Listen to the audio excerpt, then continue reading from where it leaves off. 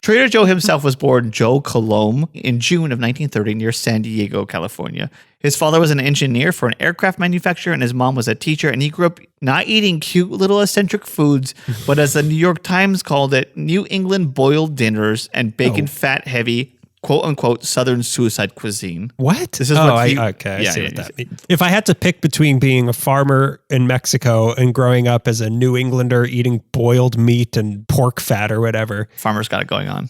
Boy, you're telling me. You grow up with your food. You get to eat your best friends, Greg. I told you not. You're crying. I told you not to name it. I tell you. But I named him Carne Asada. Joe went on to graduate high school in 1947, served a year in the Air Force, got a bachelor's in economics and a master's in Sergeant Joe. Surfer Joe, the same guy. Got a bachelor's. Eat It Joe's, is that the same guy? Same guy. Oh my God. Yeah. Cup of Joe. We Did It Joe? Is that the same guy? Let's go, Brandon. It's all the same guy. Oh, no. With his partner, Brandon. Trader Joe and Traitor Brandon. We love this country. It's so beautiful. After serving in the Air Force, he got a bachelor's in economics and a master's in business administration from Stanford. Very well-educated man. So now it's 1954. Sorry, my Vallarta guy grew up on a farm. A humble little farm in Stanford. Oh, yeah. Well, Joe's in the Illuminati. Okay? It's now 1954. Okay. And Joe is now working for the pharmacy's drugstore chain called Rexall. I've heard of that. Yeah. They're still are they still around, or maybe there's just like a brand name called Rexall? I think there might be a brand name, Rexall. Rexall I was familiar with, but only like, I'm like, oh, do I know that from like Looney Tunes? Yeah. Like I have to always check myself. Like, is that the same way? I'm going to go to Gimbel's today. I'm like, oh, that's a thing from Merry Melodies. It's not real. It was a thing in the 40s. Why do I remember shopping at the Five and Dime? Oh, it was John Mellencamp. That's right. The Piggly Wiggly was that John Mellencamp thing. Okay. The company Rexall gave Joe the task of developing their new chain of stores known as Pronto Market. So Rexall was going to create a market system called Pronto. Pronto Market was going to be huge. They were going to be the first drugstore to sell health and beauty aids, paperback books, as well as promoting like photo finish. So like what we know a pharmacy does now is like kind of an all services. They still kind of do pictures. Well, if we think about like Rite Aid and CVS for a while in the 90s were doing all CBS or CVS? CVS. CBS was doing it too. They did photo finishing, but it's called television. Heard of it? No. It's called Twilight Zone. And this has been an MS-13 production. That's CBS. I can't wait for MS-13 to open their own movie studio. Yeah, it's going to be really great. I mean, it's going to be like the Saudis using Hollywood to filter money through. Now MS-13 is going to have their own. DC is actually now a subsidiary of MS-13. A lot of people don't know that. DC Universe. They're more of Green Lantern fans than Marvel fans. For Rexall, Joe is scouting possible locations, which is how Joe ends up in Los Angeles. After Joe manages to open 6 locations of Pronto Market, Rexall decided they didn't want Pronto after all and ordered Joe to liquidate them after he did all this work of finding places to put them. Joe didn't do that, but instead took out a bank. That's the equivalent of raising animals on a farm, opening a bunch of businesses that they then tell you to liquidate. Liquidate them. Turn them into strips of pharmacies that I can grill up. Ooh, brick and mortar. That sounds delicious. I'll have one of those. Joe didn't do that. He didn't liquidate, but instead took out a bank loan and borrowed money from Adore, Adohr Milk Farms. Adore Milk Farms? Yeah, I've heard of those. That's in LA, isn't it? I believe so. I'm not quite sure. I can only research one thing at a time. So he borrowed money from them and bought the company himself, managing to open 18 locations of Pronto Market. That's swell. Where was this? This was in Stanford or no? No, this is Los Angeles. Okay. Yeah, he's in Los Angeles I guess he now. just went to school in Stanford. Yeah. So it's swell. Great. Everyone loves and remembers Pronto Market, and aren't Pronto Market's parking lots the worst? No, that's not how this story goes. Because in 1965, Adore was bought by a rival convenience store chain who had its eye on opening locations throughout Los Angeles. That chain was 7-Eleven. Okay. And with them controlling his finances now because they bought Adore and he borrowed money from Adore, there was no foreseeable future in the convenience store game with the Pronto Markets that he had. And instead had to fashion his Pronto locations into something different. Okay. So he didn't sell them, or? He didn't sell them. He bought the... But 7-Eleven wanted to buy them? 7-Eleven was opening up all over the... Okay. So he's like, well, what's the point? Because 7-Eleven was already big, I think in like... Way to believe in yourself, Joe.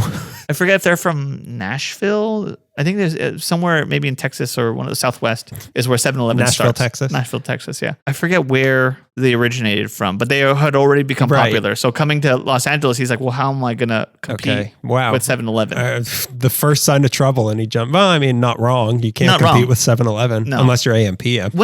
You grew up in the Valley, so it's a little bit different. I just didn't have 7-Elevens around me. The closest 7-Eleven was when I went to my cousin Lizzie's place in West Covina, and we're like, is that a 7-Eleven? Like from the movies? Did you grow up around 7-Elevens? I think so. Yeah. I mean, I feel like I did. Okay. I mean, I certainly. Well, then what was I robbing? I feel like I did, but now but I can't like remember. There's not like a sepia tone montage playing in my head of 7-Elevens that I was at. But I feel like they must have been there. No pastel 80s neon, like when Stranger Things wants to replicate the 80s. And like, okay, this is 280s. So it was the mid to late 60s, and Joe Coulombe was looking at different approaches to running a market. Two things caught his attention. First, the Boeing 747 airplane was figuratively on the horizon, and Joe knew that this meant more. What's that in the sky? What's wrong with that bird?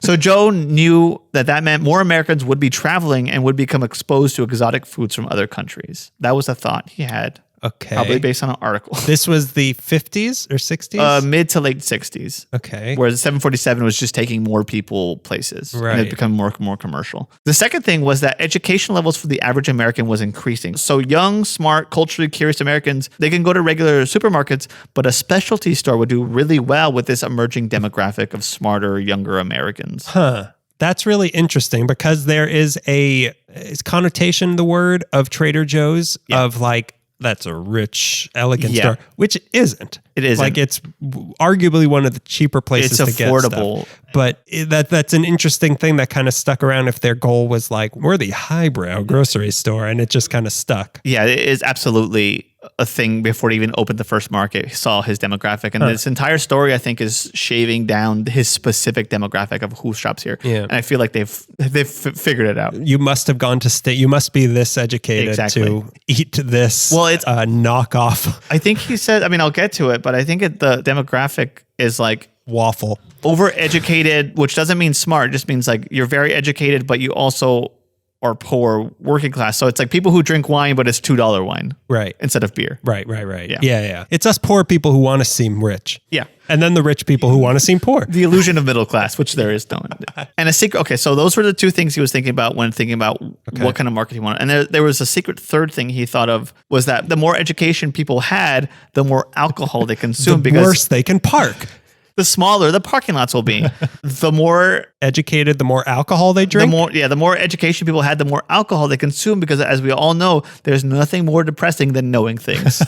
As he would later say, the store was meant for overeducated, not necessarily smart, but overeducated and underpaid people for all the, as he says, the classical musicians, museum curators, and journalists. That was like what he was going for. Okay. I feel like a museum curator makes pretty good money, but now we've met a few. Yeah. I don't get the impression that I did swipe their wallets when we met them, and not much in there. A few moths, but lots of membership cards to other museums, which is probably where all their money goes. So in 1981, he told the Allied Times his ideal patron was, as he says, this is a person who got a Fulbright scholarship, went to Europe for a couple of years, developed a taste for something other than Velveeta by the way of cheese, something more than ordinary beer by way of alcoholic beverages, and something other than Folgers by way of coffee. And this guy's got my number. But it's actually not true. I don't like much cheese. I don't like much coffee, and I don't drink wine. But hey, I love your JoJo's. Maybe not the overeducated crowd he's going for. Just say, I might not be as smart as I think I am. Wondering how many scholarships you got. Not many. Okay. I like Velveeta. And I sit around with the boys chugging Coors on the couch we keep in the alley. Oh no, I'm king of the hill. How did this happen to me? And Boomhauer was there? And Bill was there. Dale? So in 1967, picking out a spot on the Arroyo Parkway in Pasadena, Joe Coulombe opened up his first Trader Joe's location. Going with his idea of the perfect demographic for his market, this location was picked strategically as it was close to both PCC, Pasadena City College, and Caltech, California Technical Institute, or as the Simpsons say, Calcutta Technical Institute. And it being the late 60s, Polynesian culture and tiki this, tiki that were really hip and fun. So the first store went with the South Seas look, putting all the tropical shirts and reworking the name of the famous Polynesian restaurant, Trader Vic's, is how we get the name and feel for Trader Joe's. Now it all makes sense. Never even thought about how it is kind of tiki themed. Yeah. I just assume like, wow, they seem to always hire people who like Hawaiian shirts. One inspires the other. They must be pretty educated. Wow, you've heard of Hawaii before, and not just the Brady Bunch episode where Greg gets the thing? Yeah, okay, that makes sense. Although all of them are sort of tailored to their neighborhood. Like the Studio City one has like film reels and stuff like that around it. The remaining Pronto markets he owned would now become Trader Joe's. Pretty early in the life of Trader Joe's, Joe Coulombe launched a helpful cheapy newsletter to educate customers on food and wine. Initially, it was called the Insider's Report. We all know it now as the Fearless Flyer. Right. That was the pilot that Snoopy was trying to take down. The Red Baron hates the Fearless Flyer. Let me tell you right now how the Fearless Flyer feels about it. Not scared. Unafraid. No, he's not backing down. Do you ever read the Fearless? You just sit down and crack open the Fearless Flyer in front of your Fearless fireplace? Trying to decode messages? No, not really. I've been around them before. It's kind of like the Simpsons thing of the Jay Peterson catalog, where it's like describing, not Simpsons. Did I say Simpsons? I meant Seinfeld. The Seinfeld thing of the Jay Peterson catalog, where it's like describing and I was traversing the Alps. Oh. And I made my way through the snow in my woolen parka. But it's kind of like that but instead of woolen parka, it's like cherry tomatoes. So I'm not missing much. It's like fun in theory, but when I sit down to I want to read this, like there's a lot of pun, like Trader Joe's, pun central. Yeah. Speaking of our comedy parents, I remember one time you, me, and Chris and Cindy were talking about we should all get jobs writing the puns for Trader Joe's, and the writer's room we called Trader Jokes. But it's all just kind of that, and after a little bit, it's like, okay, I've had enough. I'm exhausted. Yeah, it's kind of it's like we talk about with the Onion articles, the headline's enough. So anyways, Fearless Flyer, this is seen as one of Joe's most successful tactics in gaining dedicated shoppers. While it had recommendations, it also challenged conservative issues and was pro-environmentalism back when it was synonymous with being like a hippie tree hugger instead of like it is now, which is like we're all begging to not be Mad Max next year. Yeah, like in the 70s when all the bad guys and all the squares and bad guys in the movie were like, you can't burn this trash. Yeah. Watch me, says Burt Reynolds. Wearing a styrofoam suit. Watch me. Spraying DEET on his hair or his mustache, I guess. This newsletter was pointed and he shot it just at the right demographic and it worked. So it took maybe 5 years for Joe to find proper footing with the stock of his store. Coulombe identifies these faces differently. I guess he has a autobiography of which is really funny and like charming. I didn't read it for the research, but I had read some summations. The first phase was called Good Time Charlie, meaning Trader Joe was for a point in its early days a supply heavy store with girly magazines. Girly magazines, I was like porn, but no, I like Cosmo. Wait, what? It was like they sold Cosmo? I mean, it was a store where you can buy a lot of stuff you need for parties, like big bags of chips and sodas and stuff like that. After that, he went into what he calls Whole Earth Hairy Phase, sort of upscale health food and liquor store, and it wasn't quite catching. Okay. Maybe that's also where part of the association comes from, because I know a lot of people think like Trader Joe's, what do you want, a diet? Like nothing in Trader Joe's is good for you. It's quite bad. Yeah. Like all of that, like all of the Joe brand stuff is like, this is really bad for you. Again, the illusion of healthy because it's being sold in a place like, where is it country? And they wear Hawaiian shirts. It's okay. I bought these M&Ms for Trader Joe's. I know they're good. These aren't Oreos. The bag is a little bit weirder and thicker because it's compost. The bag is good for the environment. So that wasn't quite catching. So he started to move in the direction of unique food items from different parts of the world. Some of it was healthy, all natural, organic items. Some of it was just like fun and exotic. The first Trader Joe's private label grocery product was released in 1972, and it was granola. Okay. The granola, that thing that poisoned people at Woodstock?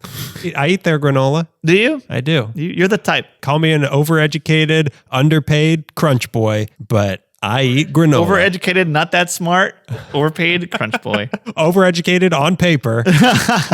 And the store's stock didn't have anything you could get at Ralph's like Coca-Cola, because Joe, like Delco's, was purposefully went after items that had a policy of discontinuity, which means there's no infinite stock of it. That's why they run out of stuff. A very annoying thing to me, because I know that they why? Like you fall in love with ube pancakes and you're like, I'll have this forever. No, I fell in love with Sir Strawberry, the strawberry. I was the damsel that Sir Strawberry rescued from the train tracks.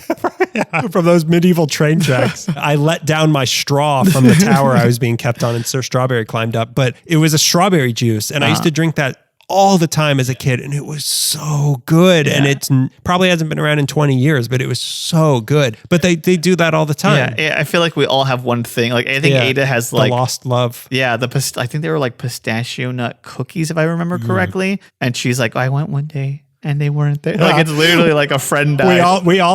We should start like a support group for people who lost things to Trader Joe's, because I know that a lot of their like on all of the things that say like this is the Trader Joe's thing. Yeah. A lot of those they just package as Trader Joe's, because we have a family friend who runs an ice cream company and he makes like I believe he makes the little ice cream cones. And a few other things for Trader. Yeah, they're really good. He makes them for Trader Joe's, but they package it as Trader Joe's.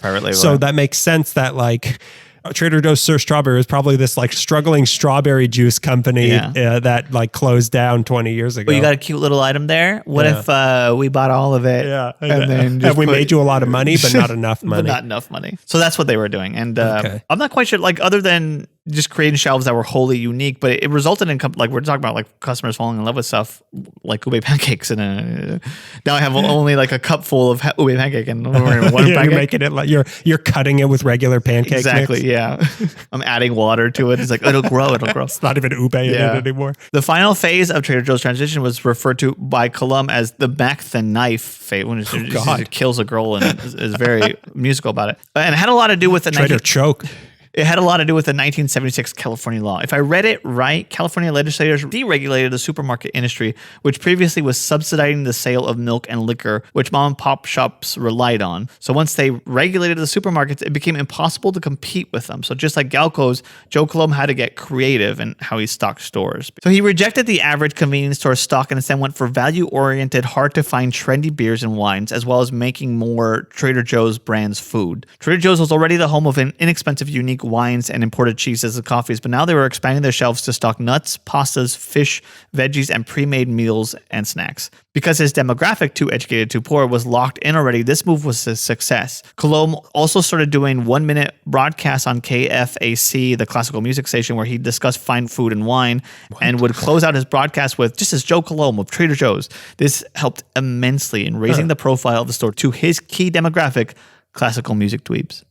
Oh, people who are overeducated but actually stupid, and they don't know what good music sounds like. Classical music. Imagine it was still 18th century. No, grow up.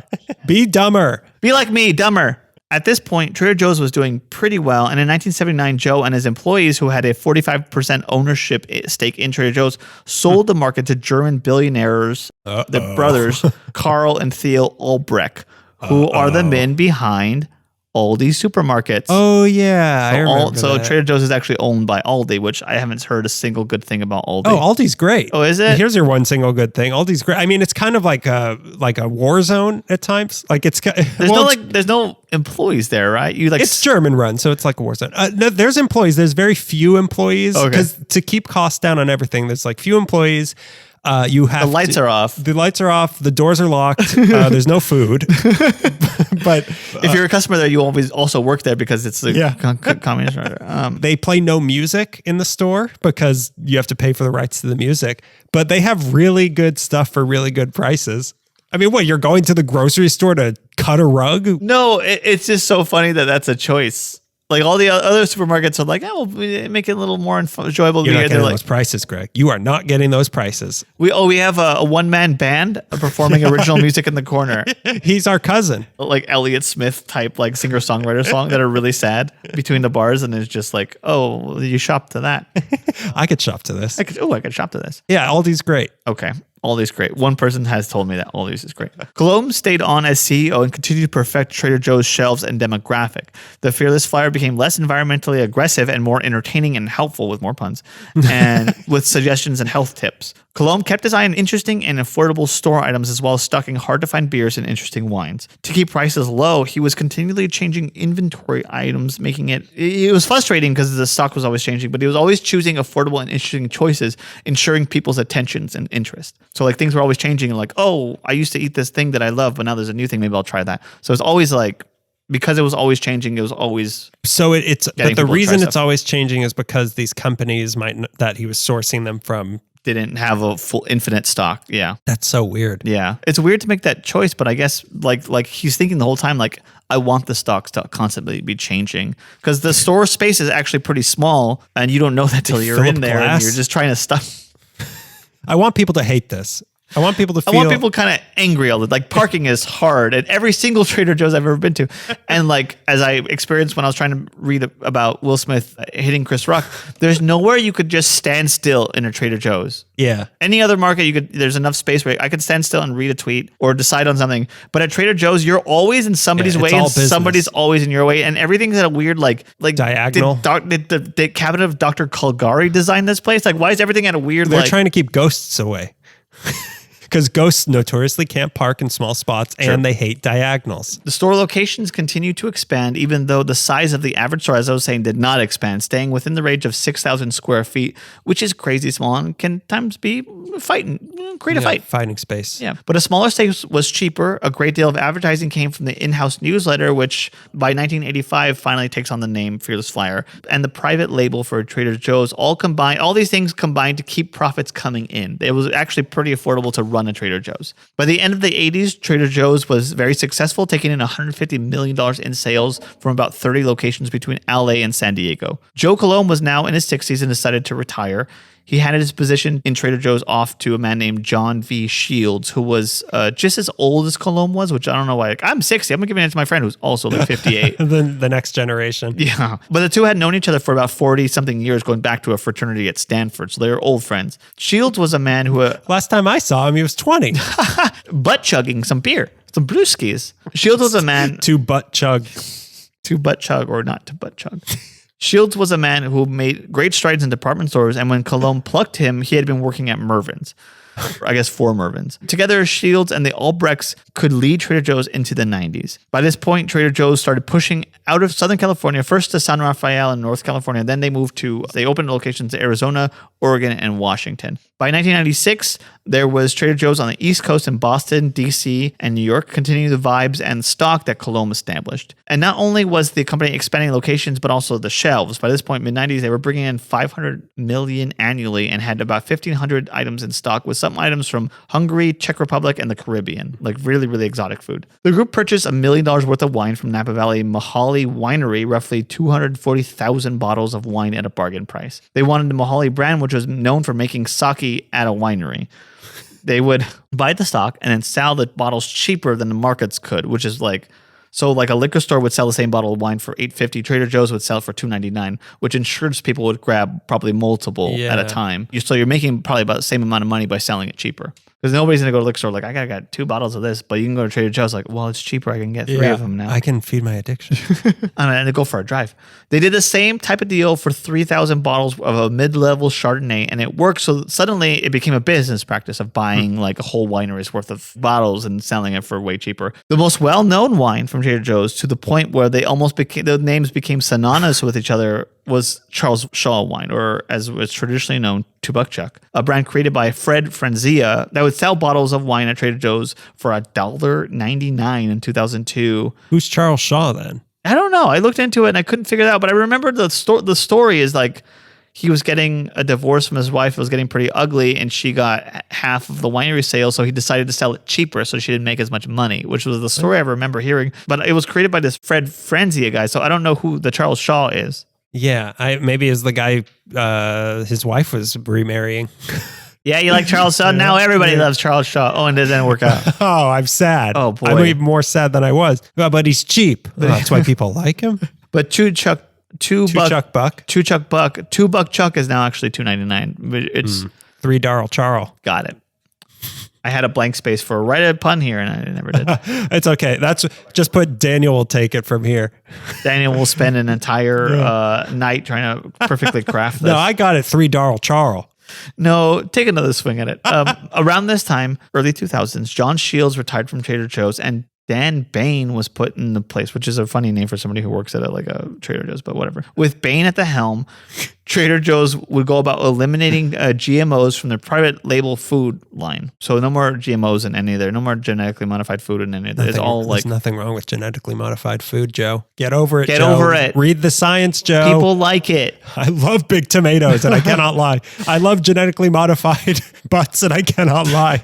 The company continued to expand and open new locations all over the country. Some stores even being quite large, which is impossible to think about an adequately sized Trader Joe. Some of them are like the one one in North Hollywood, I think was that the one that you were trying to read the Will Smith story at? No, the Glendale one, which is one of the ones that I'm like, is it getting smaller? Yeah, maybe the one in North Hollywood just has high ceilings. Maybe it has high ceilings. I know the one you're talking about. I think that one of the Eagle Rock one, I was kind of surprised by, like, they have a standing freezer section. The ones that I've been to, it feels like, are the walls currently closing in on me? I would like to see a Trader Joe's without the shelves in it, because I bet it's like a Halloween maze where you're like, I was in there for 15 minutes, and then like all the other times of the year, like that was just their driveway. Like, I want to see what it's probably like the size of my apartment. Yeah, it's probably the size of the room that we're in right now. Probably. Yeah. The company itself moved its headquarters to Monrovia, and they have continued expanding their items and store locations. Their 400th store opened in Austin in 2013 with more than 500 stores across the country. Trader Joe's has helped push exotic and interesting foods into the general population of shoppers. And still, 2022, some people it's still their first time ever going to a Trader Joe's. There's some people who have never gone to a Trader Joe's before. Those poor souls. They must be too rich.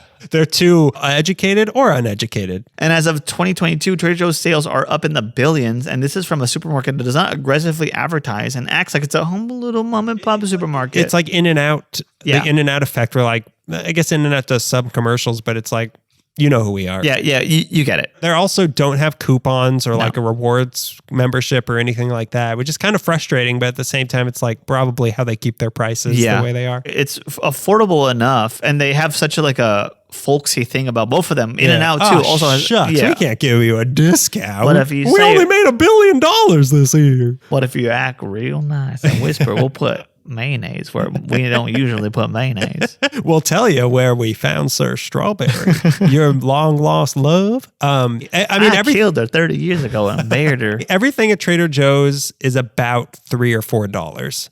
Yeah. That's kind of the standard price of stuff. Yeah, until you want to buy like tea tree oil and you're like $10. Well, yeah, I mean, I don't go to Trader Joe's for my tea tree oil. Oh my I've got a guy. I'll tell you where I get my tea tree. Yeah, I'll tell you where you go. It's a tree. Let me bring your own tea though.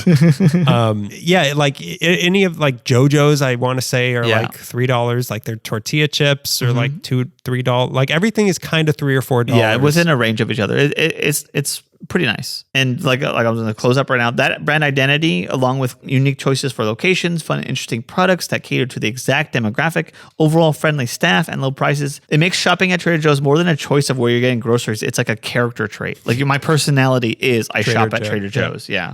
So Joe Coulombe died at the beginning of 2020 before the world went into COVID timeline. So he didn't die from, as far as we know, didn't die from COVID. I think he was patient zero, but that's just my theory. That's just what I think. I think that they created Joe Coulombe in a lab at Stanford. No, he bit a bat or something. Yeah, he did a really racist thing. Ozzy Osbourne impression. His favorite band is Black Sabbath. And Fred Franzia, the owner of the company that puts out $2 Chuck, died this September of this year. But their legacy of wine and cheese party food for the beer and chips crowd is still held in this place.